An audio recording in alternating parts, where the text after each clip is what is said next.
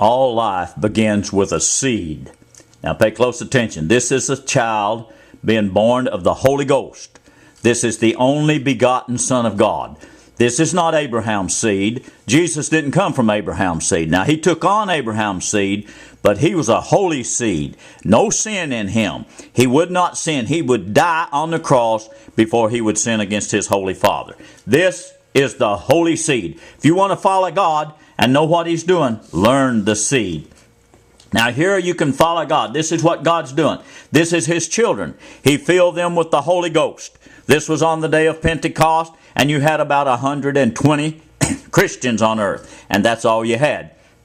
Because without the Spirit of Christ, you're none of his. Now watch the Holy Ghost seed. Follow the seed, and you can see what God's doing. You don't know him by doctrine. You know him by this incorruptible seed. See, Adam's seed is corrupt. It sins. Now here's James. Why are they killing him? Because he's got a different doctrine? No. They're killing James because he's a different seed. He's of the seed of Jesus. Jesus is going to destroy this world, and Satan knows it. He's got to kill off all of his seed.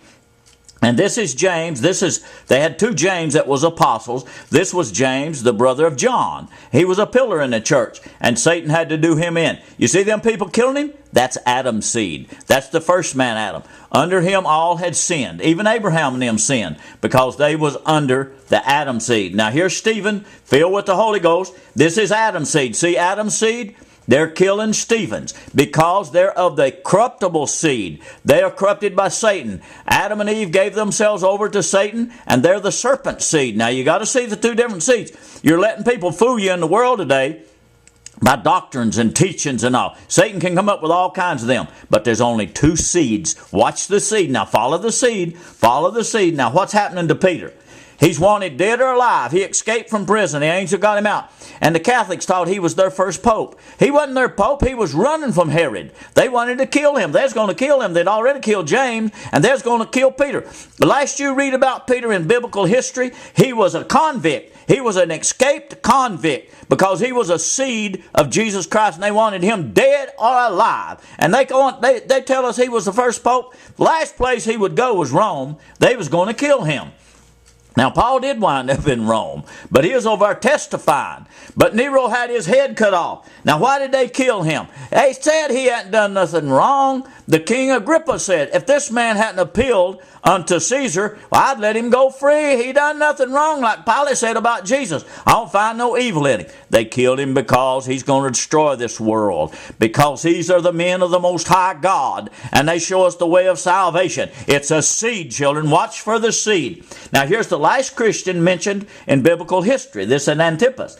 He's in the 2nd chapter of Revelations, where Satan's seed is. See, Satan had already infiltrated the churches. This was a seed of God. Satan had to kill him because he would tell you what God wanted. He would do God's will because God was in him. It's not different doctrines. It's the seed. It's the seed. Antipas was the seed of the living God, and Satan's seed is of Adam's seed, and they live after the flesh, and Antipas lived after the Spirit. Now here's the Catholic Church wiping out the Gnostics. The Gnostic, it simply means knowledge in Greek. It's a Greek word.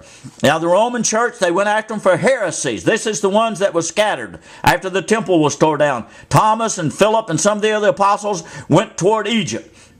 And they were Gnostics. Well, the Roman church and the Roman army was after them. They wiped their seed completely out and all their literature out by the 5th century. Now, they changed their literature and all till it makes it look like they're funny people. If they was Gnostics, spiritual people. Now, here you see Jesus' seed showed up in 1650. Watch for the seed now. Follow the seed. Follow the seed. Here the seed showed up. He said, it's God in me. George Fox said, there's a light shining in me. And what did they do to him? They hung him. They put him in prison for years and years and years. And they died in prison, hundreds of them. And they finally overflowed them with a flood that I'm going to show you about. And they killed off the Quakers. Now watch the seed. Watch the seed. Here's Agnes Osmond. One person on Azusa Street got the Holy Ghost, and Satan sent thousands of them against her. They snowed her so much she couldn't believe she was a Christian. She's carrying the Bible. If you're in a city where there's hundreds and hundreds and thousands and millions of people in hundreds of churches, and you think you're the only Christian there? You may be. There's not many Holy Ghost people.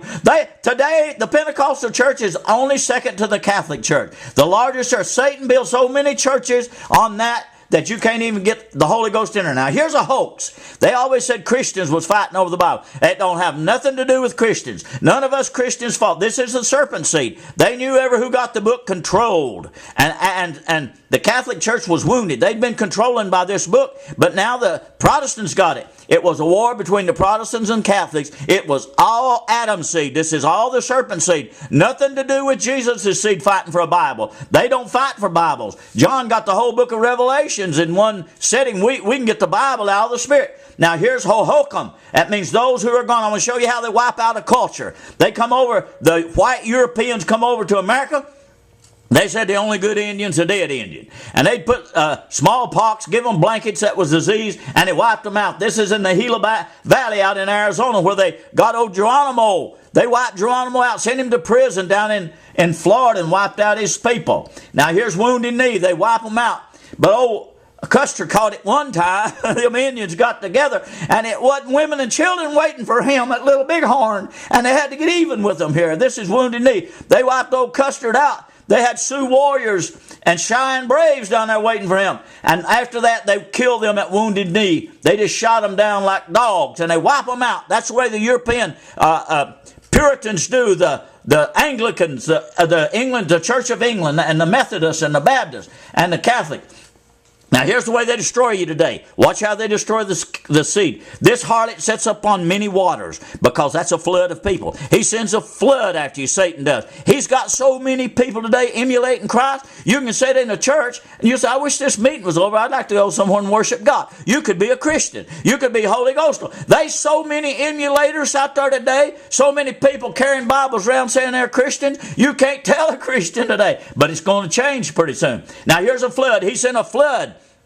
He sent millions of people. I've been in a town where I'd be the only Christian in town. Oh, this is the last of the Christians. You're going to see the last of the Christians now. They're coming up now. Watch real close. You're going to see the seed. If you was in this scene right here, you wouldn't even know it, because you would be just a little seed amongst thousands of people. You say, what's wrong with me? I feel out of place. You are out of place. You're amongst the sinners. You can catch diseases amongst them Bible worshipers. They're diseased people. They're the seed of Satan. Now they put you in New York City. You might be the only one in Chicago.